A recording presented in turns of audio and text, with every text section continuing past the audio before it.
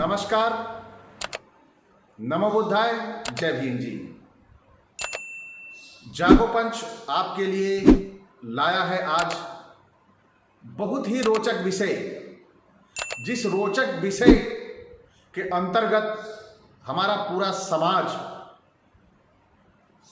ठगी का शिकार होता है या भावनावश या अपनत्व का शिकार होता है, वो शब्द है हिंदू। हिंदू शब्द और हिंदू धर्म के तहत ओबीसी एससी के साथ बहुत बड़ी ठगी होती है। ये ठगी कोई और नहीं करता, उसके स्वधर्मी बताने वाले, उस धर्म के वो अगुआ, वो आका जो धर्म के नाम पे धंधा चला रहे हैं, वही इन भोली भाली जातियों के साथ ठगी का काम करते हैं। और सबसे पहले मैं ये बता देना चाहूंगा कि हिंदू शब्द सुप्रीम कोर्ट द्वारा प्रतिबंधित है। ये आपको इस वीडियो में मिल जाएगा देखने को। मैं ये जो रोक लगी है उसके बारे में मैं थोड़ा सा आपको बता दे रहा हूं। हिंदू शब्द पे सुप्रीम कोर्ट द्वारा सभी राज्य सरकारों को, केंद्र सरकार के अलावा सभी राज्य सरकारों को इस शब्द हिंदू शब्द से बचने के लिए निर्देशित किया गया था। 4 अक्टूबर 2019 को भेजा गया था और यह फैसला 11 दिसंबर 1995 को किया गया था।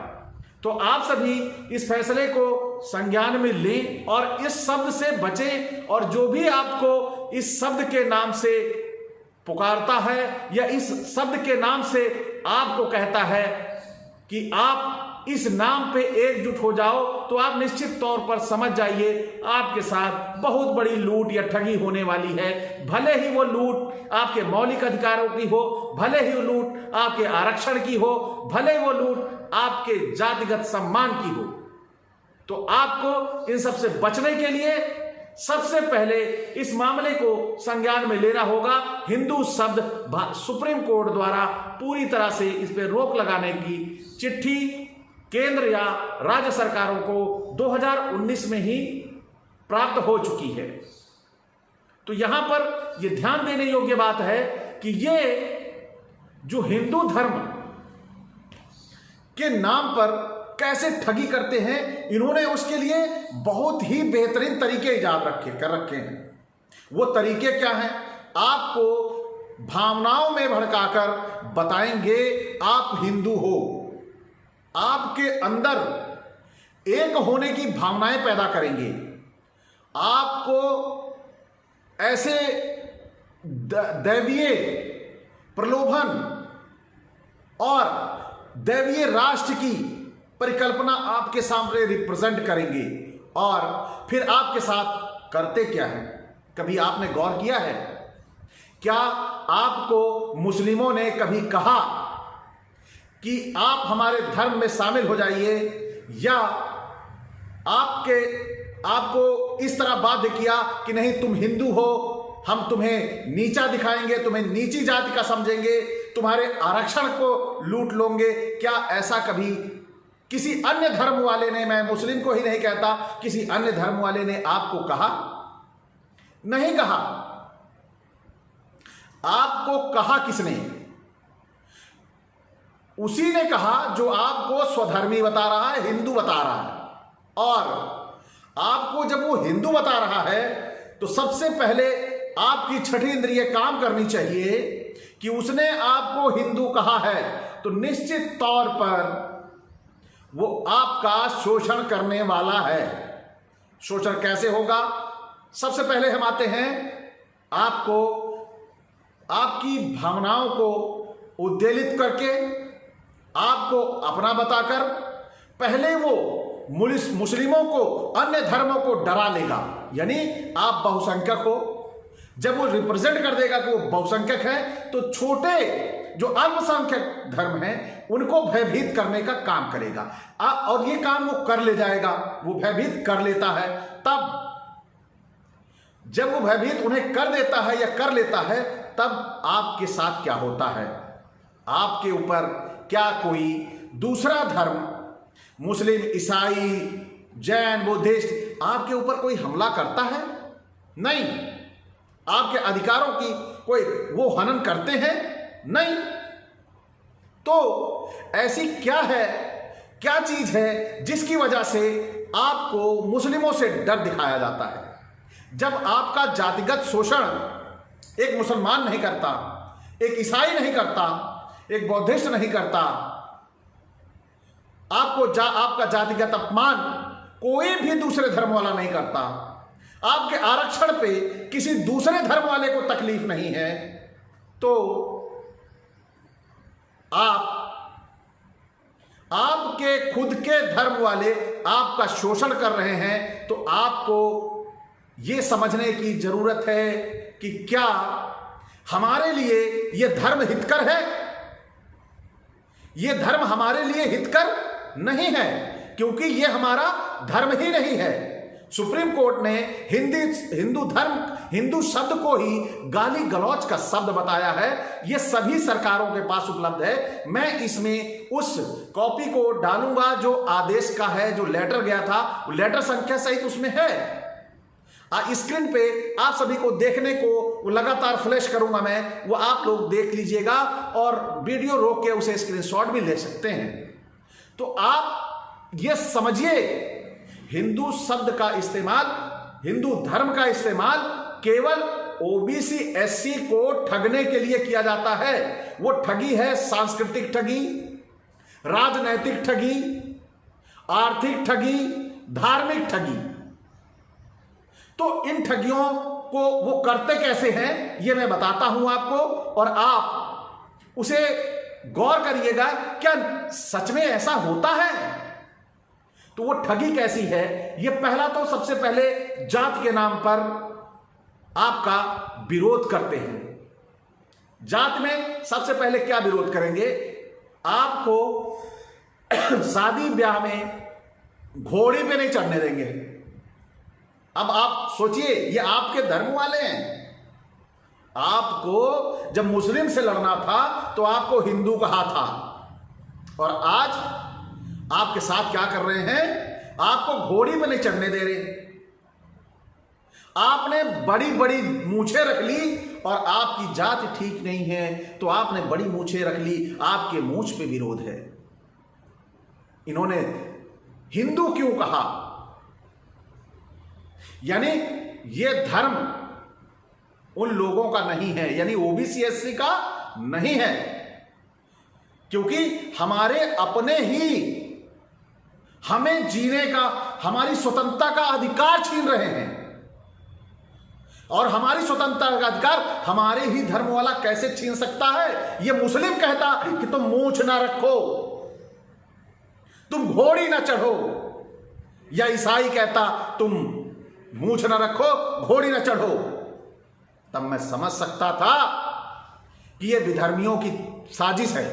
लेकिन यहां तो अपने ही धर्म वाले नहीं चढ़ने दे रहे हैं घोड़ी, अपने ही धर्म वाले मूंछ नहीं रखने दे रहे। तो कैसे का हिंदू धर्म, यानी धार्मिक भावनाओं में हमारा शोषण हो रहा है, यानी हमारे साथ 420 हो रही है, छल प्रपंच हो रहा है। वो छल प्रपंच कैसा? कि आप हिंदू हो, आपका धर्म बनता है अन्य धर्मों को कमजोर करना और उनसे लड़ना। ये कौन सा धर्म सिखाता है भाई? कहां से भांग बूटी खा के आते हो आप लोग? तो मैं यहां पे कहना चाहूंगा कि जाति के नाम पर, मूछ के नाम पर और मंदिर में प्रवेश न करने के नाम पर, चलिए वो ईश्वर तो देखता है, क्या ईश्वर के यहां भी ओबीसी एससी है? उस मंदिर के अंदर भी जातिगत भावनाओं से काम किया जाता है। वो कौन सी जातिगत भावनाएं हैं? पहला, वो जातिगत भावना है कि आप ओबीसी एससी हैं, तो आप मंदिर में पूजा पाठ नहीं कर सकते। अब कैसे? आप कहोगे कि नहीं, ओबीसी को तो अधिकार है। तो ये मैं स्पष्ट रूप से कह दूं, ओबीसी को वहां जब बड़ा चढ़ावा ले जाएगा तब वो अधिकार मिल जाता है, क्योंकि वहां चढ़ावे की वैल्यू है। लेकिन मैं यहां पे ये बताऊंगा कि मंदिर मठों में जो पुजारी बड़े बड़े रखे जाते हैं या बड़े पुजारी होते हैं, उनमें से कोई भी पिछड़ा नहीं होता, यानी उन्हें पूजा का अधिकार नहीं है। कैसे नहीं है? अब यहां पे उन साधुओं की दो पंगत बनाई गई है, पहला मालाधारी, दूसरा सूताधारी। मालाधारी कौन है और सूताधारी कौन है? मालाधारी वो है जो पिछड़ों के साधु सन्यासी होते हैं। इन्हें रसोई में जाने का अधिकार, रसोई बनाने का अधिकार नहीं है। और जो ये मालाधारी साधु सन्यासी हैं, इन्हें मंदिरों में मुख्य पूजा करने का अधिकार नहीं है। तो अब आप दोनों में अंतर कर सकते हैं कि दोनों ही सेम कंडीशन पे, उसी स्थिति पे खड़े हैं। जिस स्थिति पे एससी है, उसी स्थिति पे ओबीसी है। आज मैं देखता हूं कि जिस तरह से समाज में ये वैमनस्यता कूट कूट कर भरी जा रही है, ये हमारे समाज के लिए बहुत घातक है। हिंदू के नाम पर अपनों का ही शोषण अपना कर रहा है और दूसरों से डरा रहा है, मुस्लिम से शोषण कर रहा है अपना। अब ये तो हो गई मंदिर में। अब आते हैं अच्छे और साफ कपड़े पहनने पर भी इन्हें, साफ सुथरे कोट पैंट अगर आप पहन लेते हो तब भी इन्हें तकलीफ होती है। मुस्लिम को नहीं तकलीफ होती, ईसाई को तकलीफ नहीं होती है। तकलीफ किसको होती है? हमारे स्वधर्मी भाई, जो हमारे धर्म के आका कहे जाते हैं। अब हमारे धर्म के आकाओं को हमारे अच्छे कपड़ों से क्यों तकलीफ होती है? ये कमेंट बॉक्स में जो सवर्ण हैं, कमेंट बॉक्स में ये बताएं। मैं अपना ही एक व्याख्यान यहां पे बताऊंगा। मैं 12वीं में पढ़ता था। उस समय वो कॉलेज जो था वो ठाकुरों के गांव का कॉलेज था, और वहां पे जो ठाकुरों का पूरी तरह वर्चस्व था। मैं चंडीगढ़ में रहता था उस समय, और वहां से मेरे पापा का ट्रांसफर हो गया तो मुझे गांव छोड़ दिया। तो मुझे गांव के कॉलेज में एडमिशन लेना पड़ा, गांधी इंटर कॉलेज में। अब कॉलेज तो सरकारी था, लेकिन वर्चस्व वहां, प्रिंसिपल भी वहां ठाकुर था, और पूरा टीचर का स्टाफ भी पूरे के पूरे ठाकुर और ब्राह्मणों के थे। तो जब मैं वहां पे मैंने एडमिशन लिया, 10-15 दिन जब मैं कॉलेज गया तो वहां पर मेरे साथ व्यवहार होने लगा। कहने लगे ये अहिरवा की क्रीज नहीं टूटती है, कपड़ा एकदम ऐसा पहन के आता है कि ऐसा लगता है कि कहीं ये नया नया रोज लेके कहां से पहन के आता है। अब आप इनकी भावनाएं उनके इन वक्तव्यों से स्पष्ट होती है, यानी अहिरवा। अब आप बताइए, मैं हूं था तो अहिरवाई, लेकिन मैं बदल तो जाता ना। चलिए ठीक है, अहिरवा हूं, अहिरवा कह लिया, लेकिन यहां तकलीफ कपड़े से क्यों हुई? तकलीफ उस कपड़े से हुई क्योंकि इन्होंने जाति मेरी छोटी बनाई थी। तो एक धर्म में छोटे बड़े कैसे हो सकते हैं? एक धर्म में सभी बराबर इक्वल होंगे तभी वो धर्म होगा, नहीं तो धर्म हो ही नहीं सकता। क्योंकि धर्म बनाया गया है मानवों के लिए, कोई धर्म अलग से तो पैदा नहीं हुआ। तो यहां पर हम बात करेंगे कैसे ये जाति के नाम पर ठगी करते हैं, हिंदू धर्म के नाम पर ठगी करते हैं। तो इस पे रोक कौन लगाएगा? ये रोक कौन लगाएगा? रोक तो हम ही आपको लगाना पड़ेगा, इन पे अंकुश हम ही आपको लगाना पड़ेगा। और अभी फिर बात करते हैं, सिलसिला रुका नहीं है तो आगे भी चर्चा करते हैं कि कैसे ये हिंदू के नाम पर हमारी ठगी करते हैं, हमें मुस्लिम से डराते हैं और हिंदू राष्ट्र का सपना दिखाते हैं। अब हिंदू राष्ट्र का सपना क्यों दिखा रहे हैं? क्योंकि हिंदू राष्ट्र में जैसे राम मंदिर में पूरा का पूरा पूजा कमेटी जो बनी हुई है वो टोटल ब्राह्मणों और ठाकुरों की, राजपूतों की बनी हुई है, उसमें किसी पिछड़े एससी को झाड़ू लगाने के अलावा, मंदिर में घंटी बजाने के अलावा नहीं रखा गया। तो उसी तरह आपको ये हिंदू राष्ट्र का प्रलोभन देते हैं और आपके साथ फिर यहां पे ठगी करते हैं। क्या आपको अपना दास बनाएंगे, आपके बच्चों को नौकरियां नहीं मिलने वाली, आपके बच्चों को सारे अधिकार छीन लिए जाएंगे। कैसे? यहां पर अब बात होगी आरक्षण की। आरक्षण के जरिए आपको जो अधिकार मिला हुआ है, इस अधिकार का विरोध कौन सा हिंदू धर्म के अलावा करता है? कोई हिंदू धर्म के अलावा करने वाला है क्या? कभी किसी मुस्लिम या ईसाई ने आपके आरक्षण का विरोध किया है? आपका जवाब होगा नहीं। और मैं बताता हूं, एक कोई शंकराचार्य है जिसकी दोनों आंखें नहीं हैं। कुदरत ने उसे इतना बड़ा दंड दिया हुआ है कि उसके पास दोनों आंखें नहीं हैं, लेकिन वो जाति ब्राह्मण में पैदा हुआ है और कहता क्या है? आंखें बंद कर लेगा और कहेगा ये आरक्षण जातिगत नहीं होना चाहिए, और ये जिस दिन आरक्षण जातिगत खत्म हो जाएगा, ये जाति भेदभाव खत्म हो जाएगा। अरे भाई, जातिगत भेदभाव खत्म करना है तो महाराज सबसे पहले कहिए कि ब्राह्मण जो है सबसे ऊंचे पे बैठा है और जो सबसे नीची जाति में बैठा हुआ है, वहां से शादी विवाह खान पान शुरू कर दे, जाति खत्म हो जाएगी, आरक्षण का झंझट ही खत्म हो जाएगा। अगर दम है तो ब्राह्मण ये करके दिखाए।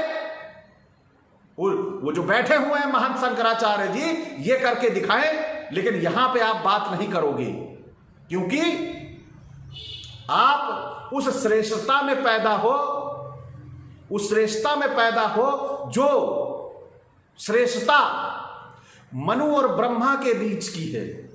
ये मनु के और ब्रह्मा के बीच की श्रेष्ठता आप समझ चुके होंगे। जो बुद्धिजीवी हैं, जो ना समझे उस श्रेष्ठता को मैं कमेंट करिए, मैं बताऊंगा कि वो श्रेष्ठता क्या है।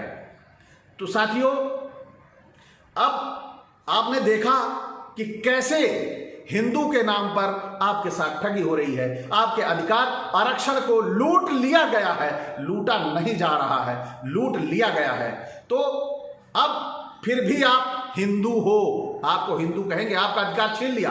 किसी ईसाई ने, किसी मुस्लिम ने आपका आरक्षण का अधिकार नहीं छीना, लेकिन डराया आपको जाएगा कि वो आपको मार देगा।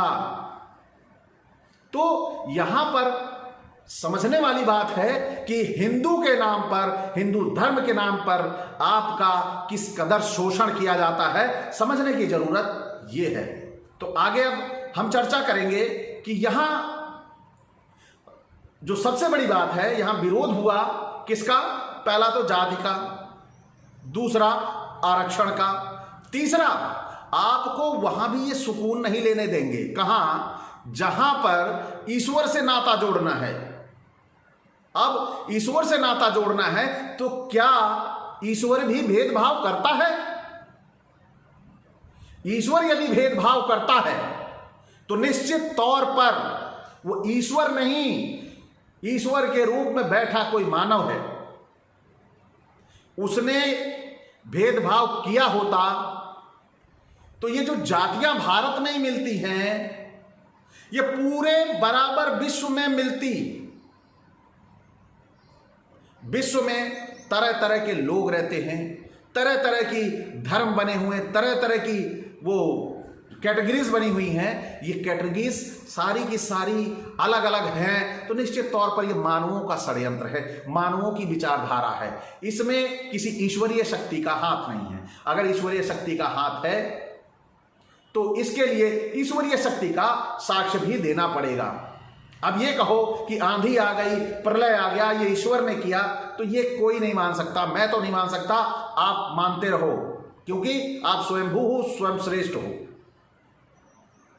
आपके अंदर श्रेष्ठता की अकड़ और घमंड है, जो आपको मानव नहीं समझने दे रहा है। तो हिंदू के नाम पर अब ठगी नहीं होगी, क्योंकि अब अगर ठगी हुई तो निश्चित तौर पर हमारा समाज जागेगा, क्योंकि वो अब देख रहा है कि आपने हिंदू के नाम पर पीछे बहुत बेवकूफ बनाया। हिंदू के नाम पर अगर भाजपा सबसे बड़ी हिंदुत्ववादी होने का ढोंग करती है, नाटक करती है, इसका सबसे बड़ा साक्ष्य किसान आंदोलन था। किसान आंदोलन में सारे के सारे हिंदू थे, किसान आंदोलन में सारे के सारे हिंदू थे।